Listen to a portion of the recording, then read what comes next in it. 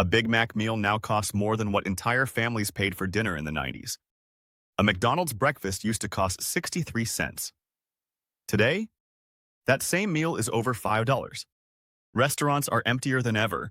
Look around any chain restaurant right now. Empty booths stretching into the distance. Quiet dining rooms that used to buzz with conversation. Servers leaning against walls, checking their phones because there's nothing else to do. But grab a menu, a basic fast food meal, $10 minimum. And that's if you skip the fries. A sit-down dinner for two at a casual chain, you're looking at $90 after tip, maybe $100 if you got an appetizer.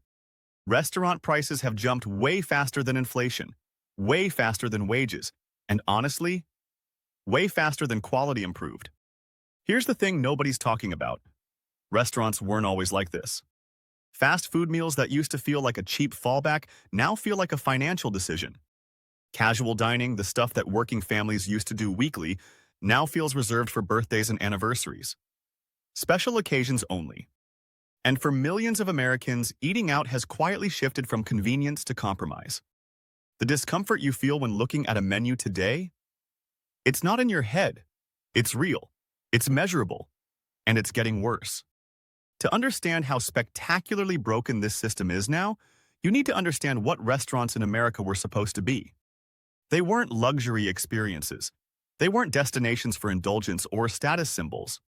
Restaurants, especially in the United States, emerged as a practical solution for a growing working population that needed food that was affordable, fast, and predictable. France gets credit for the fancy restaurant concept, the a la carte experience, the white tablecloths and wine pairings. Cool. America went a completely different direction. As cities expanded and industrial labor intensified in the early 20th century, the priority shifted away from elegance and toward efficiency. The goal was brutally simple: feed people quickly, consistently, and at a price that made sense for everyday life. Not special occasions, everyday life. This is the context in which fast food was born. And here's what people get wrong. Early chains weren't celebrated because they were cheap in the sense of low quality or corner cutting. They were celebrated because they delivered value at scale.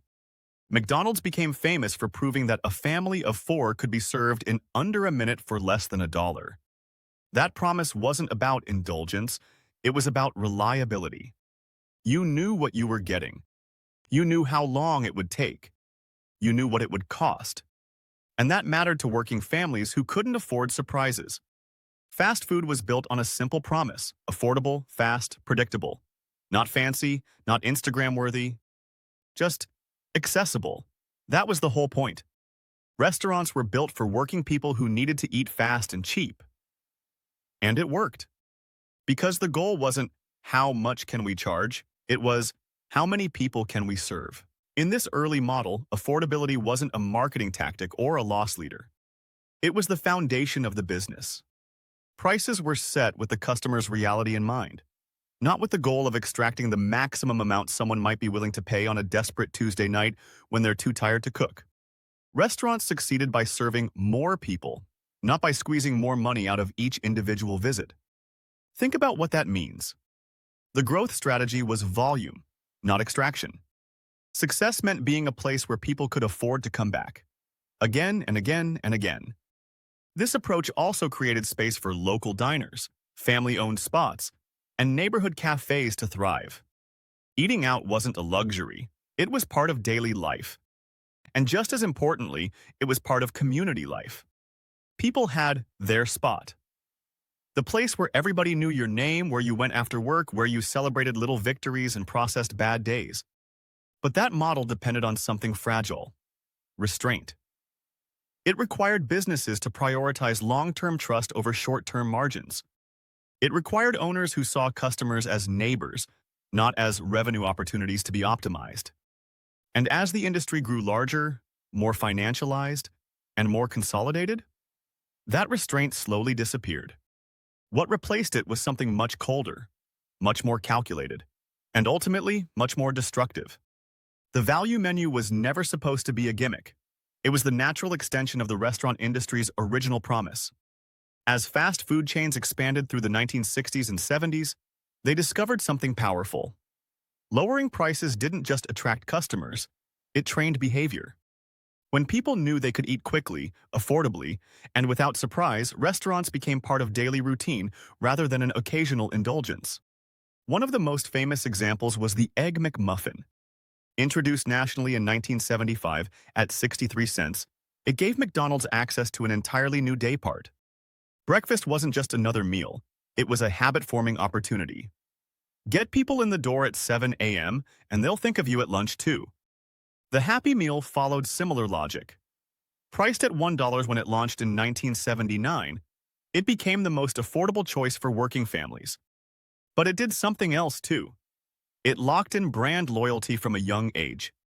Kids who grew up on Happy Meals became teenagers who grabbed McDonald's after school, then adults who swung through the drive-thru on their way home from work. When you adjust for inflation, these items were dramatically cheaper than anything comparable today. We're not talking 20% cheaper. We're talking less than half the price in real terms. But as the industry matured, the value menu turned into a competitive battlefield. Through the 80s and 90s, McDonald's, Burger King, and Wendy's all raced to offer the lowest possible prices. Dollar menus everywhere. 99-cent Whoppers. 2 tacos for $1. On the surface, consumers benefited. You could feed yourself for pocket change. Beneath that surface, the economics began to break. Profit margins thinned to razor edges. Labor budgets were squeezed until bones cracked. Quality quietly declined. Smaller patties, cheaper ingredients, more fillers. What had once been about delivering value started to blur into delivering the cheapest possible product. This race to the bottom created a structural problem that still haunts the industry today. Customers were trained to expect low prices. That expectation became hardwired, but the system supporting those prices was no longer sustainable. Independent restaurants couldn't compete with national chains that could absorb short-term losses across thousands of locations. Franchise owners found themselves trapped between corporate pricing mandates and rising local costs. And the industry increasingly relied on understaffed kitchens, underpaid workers, and corner cutting just to maintain the illusion of affordability. By the early 2000s, the consequences were unavoidable. The value menu had eroded the financial foundation of the restaurant business. And instead of rebuilding that foundation, instead of rethinking the model or accepting that unsustainable growth was, well, unsustainable, the industry chose a different path. Prices would eventually rise, but competition would shrink. The promise of affordability would remain in marketing language: value meals, dollar menus, family bundles, even as it disappeared in practice. That decision didn't just change menus.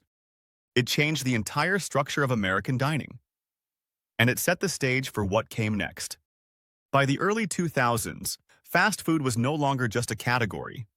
It was an empire. McDonald's operated nearly 30,000 locations worldwide, almost 3 times the size of Burger King, and roughly 5 times larger than Wendy's. Subway exploded from roughly 13,000 restaurants in 2000 to more than 20,000 just 5 years later. Across casual dining, breakfast chains, and quick service, expansion became the primary growth strategy.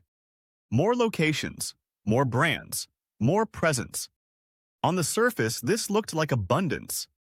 Walk down any American street and you'd see choices everywhere. In reality, something very different was happening. Ownership was concentrating. Decision-making was centralizing. And competition, the kind that actually pressures prices and improves quality, was quietly disappearing. As national chains multiplied, locally owned restaurants found themselves trapped in an impossible situation. They couldn't negotiate the same supply contracts that chains got. They couldn't spread risk across thousands of locations. They couldn't survive prolonged price wars designed to protect market share rather than profitability. Many closed. Others were acquired and converted into franchises. The survivors struggled in the shrinking spaces between chains. The result was a dining landscape that felt crowded but offered fewer meaningful choices. Nowhere was this more visible than in the disappearance of the traditional American diner. Once the backbone of working-class life, diners provided affordable sit-down meals, strong coffee, and a place to linger without guilt. They were community hubs. By the mid-2000s, their numbers had fallen dramatically, shrinking from roughly 6,000 locations in the mid-20th century to around 2,500. What replaced them wasn't community space. It was efficiency, drive-thrus, fast casual, order-at-the-counter concepts designed to maximize throughput and minimize labor.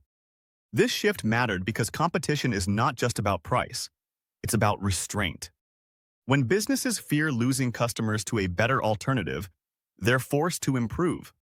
They have to keep prices reasonable. They have to maintain quality. They have to earn loyalty rather than assuming it. When those alternatives vanish, pricing power grows.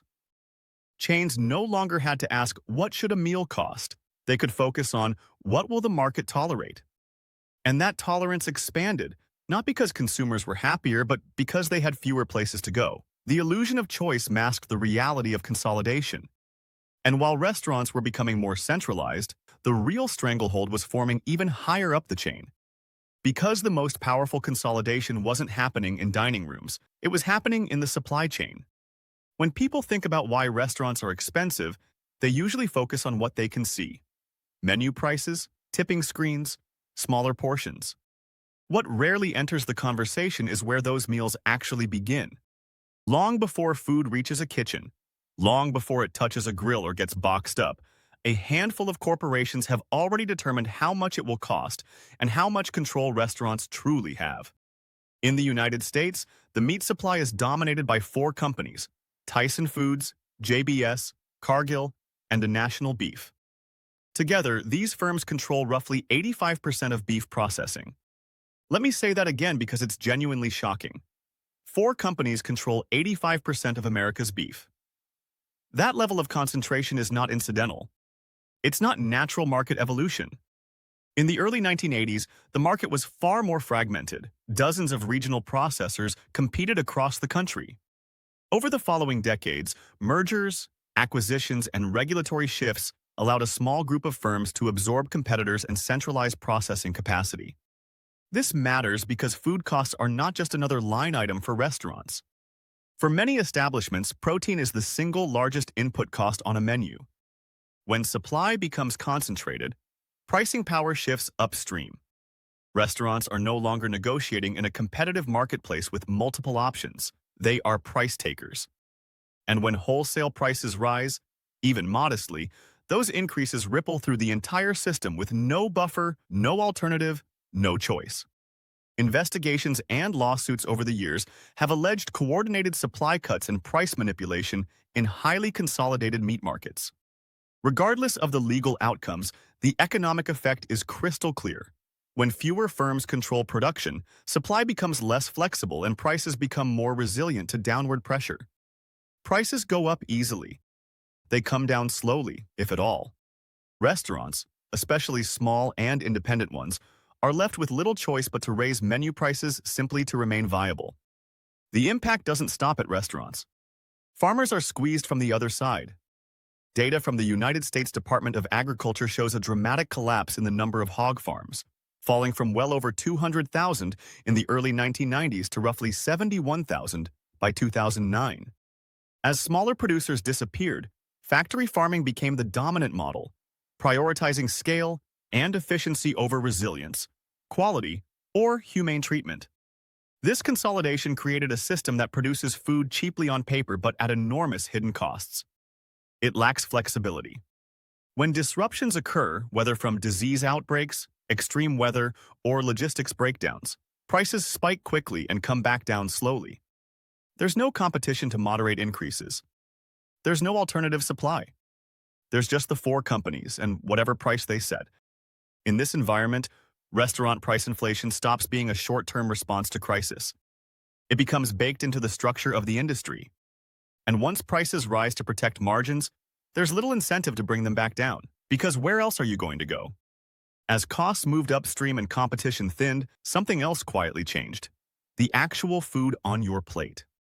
Even as menu prices climbed year after year, the quality of food served in many restaurants declined. This wasn't always obvious at first. Portions looked similar. Packaging got slicker. Marketing became more sophisticated, more aspirational. But nutritionally, structurally, and fundamentally, meals were becoming more processed, more calorie-dense, and less transparent. A 2018 study comparing chain restaurant meals in the United States and the United Kingdom found that more than 95% of menu items exceeded recommended nutrient limits in at least one category: sodium, saturated fat, or sugar. 95%. Basically everything on the menu. Children's meals were particularly concerning. In both countries, the overwhelming majority failed to meet basic nutritional guidelines. And these findings weren't about indulgent treats or desserts. They reflected standard menu items sold as everyday food. Your grilled chicken salad, your healthy bowl, your kid's meal with apple slices. This decline in quality is not accidental. It's not restaurants being lazy or careless. Highly consolidated supply chains favor consistency and shelf stability over freshness. Processed inputs, fillers, and pre-prepared components reduce labor costs and minimize waste. From a business perspective, this makes perfect sense. But it also distances food from what customers assume they're paying for. When nearly every major chain relies on the same industrial suppliers using the same methods and ingredients, differentiation disappears even as prices rise. What makes this shift especially frustrating is the timing. Consumers are paying the highest prices in history for restaurant meals, yet receiving food that is often more processed than ever. Ingredient lists grow longer.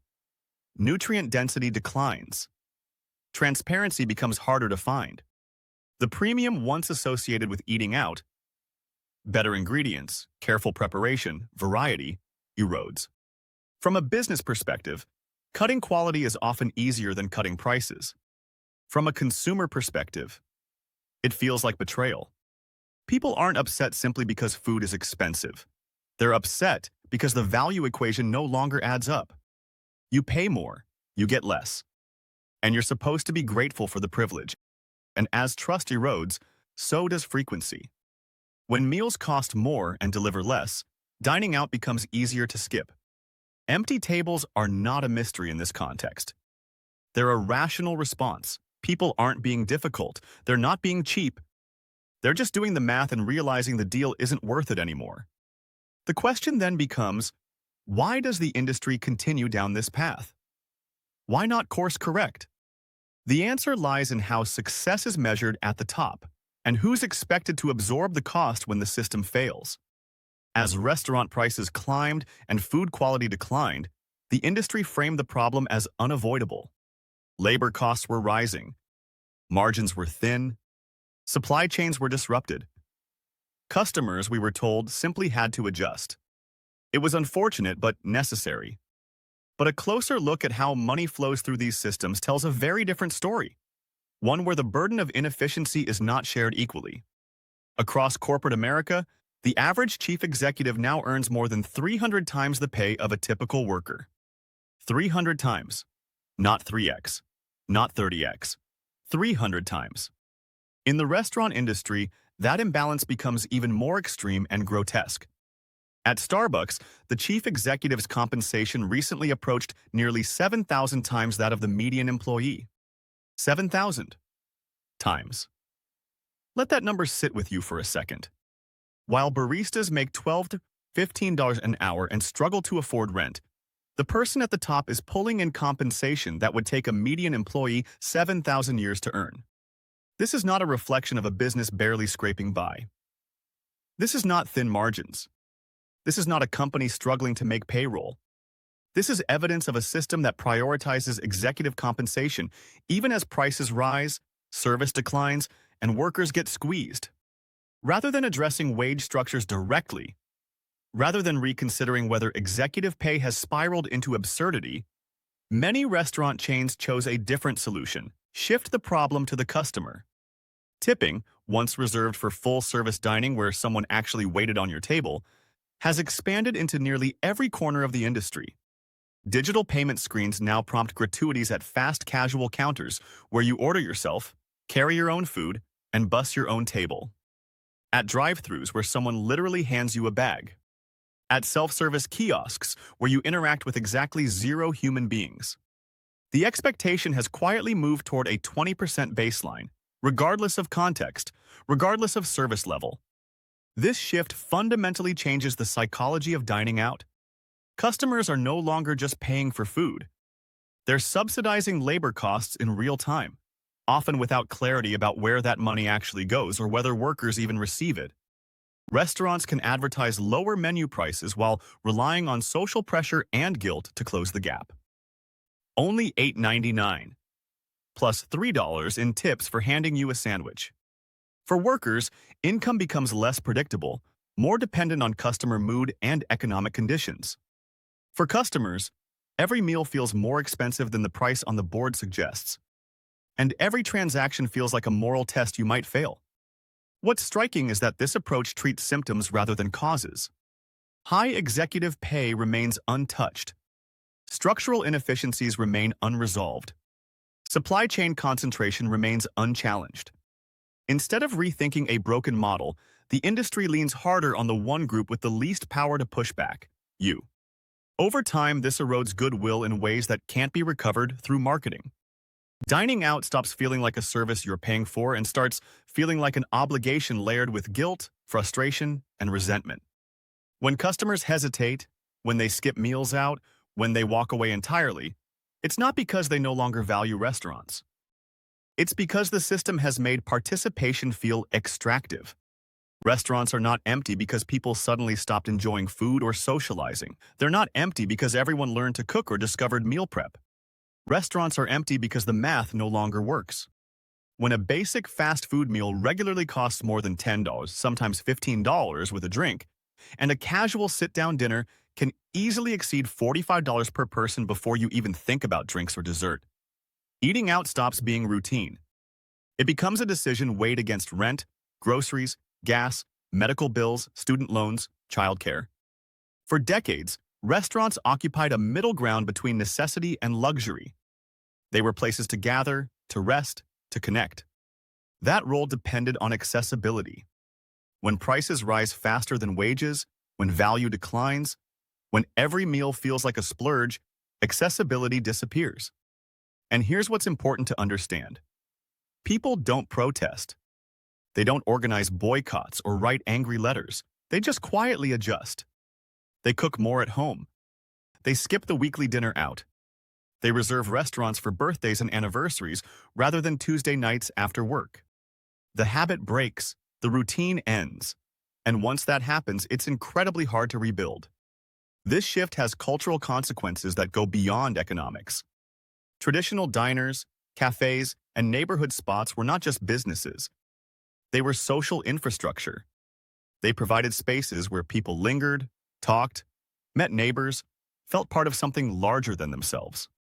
Third, places between home and work. As those places vanished, they were often replaced by drive-through lanes, delivery apps, and automated kiosks. Efficient? Yes. Convenient? Sure, but also isolating. From a business standpoint, automation and digital ordering make sense. They reduce labor costs. They increase throughput. They eliminate the messiness of human interaction. But they also strip dining of its communal dimension. When interaction is minimized and speed is prioritized above all, restaurants become transactional. Just fuel. Just calories. Just another swipe on a screen. And transactional experiences are easier to abandon when prices rise. The irony, the tragic, self-defeating irony, is that many chains respond to emptier dining rooms by raising prices further. The logic is simple. With fewer customers, they try to protect revenue by extracting more from each remaining visit. This short-term thinking accelerates the very problem it's meant to solve. Higher prices drive lower frequency, which leads to even higher prices, which drives even lower frequency. It's a death spiral, and most restaurants either can't see it or feel powerless to stop it. In this context, empty tables are not a mystery. They're not a temporary phase that will pass when the economy improves or when inflation calms down. They are a signal. They reflect a growing disconnect between what restaurants charge and what people feel they receive in return. And unless that disconnect is addressed, fundamentally structurally addressed, no amount of marketing, menu redesign, or loyalty programs will bring customers back consistently. The question becomes, is there an alternative? Or have affordability and community become permanently incompatible with the modern restaurant business? Despite all the structural pressures reshaping the restaurant industry, despite consolidation and financialization and extraction, not every business has chosen the same path. A small number of restaurants continue to operate under a different philosophy, one that prioritizes long-term trust over short-term extraction. These businesses are not immune to rising costs or supply chain pressures.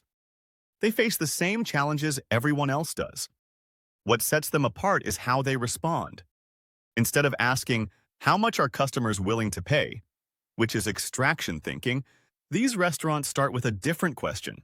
What price allows as many people as possible to eat here regularly? That seems like a subtle difference. It's not. It's everything.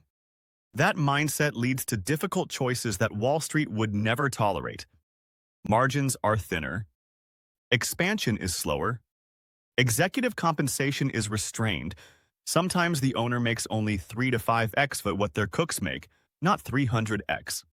Growth comes from serving more customers, from building loyalty, from becoming part of the community fabric, not from squeezing more revenue out of each transaction. In practical terms, this often means accepting lower profits in exchange for stability. Ingredients are chosen with care, even when cheaper alternatives exist. Labor is treated as a long-term investment rather than a cost to be minimized. Prices are raised reluctantly, transparently, only when absolutely necessary, not opportunistically. The goal is sustainability, not dominance, not inefficient, incompatible. What's important to understand is that this model is not inefficient, it's not outdated, it's not naive. It's simply incompatible with the expectations of Wall Street. Public markets reward quarterly growth, aggressive expansion, margin optimization, and extraction. Businesses that choose restraint struggle to attract outside capital because their success cannot be easily scaled or financialized. You can't take community trust public. You can't sell long-term relationships to hedge funds. As a result, these restaurants remain rare. They survive through community support, customer loyalty, and a shared understanding of value. When customers feel respected rather than exploited, when they trust that prices are fair rather than maximal, they return.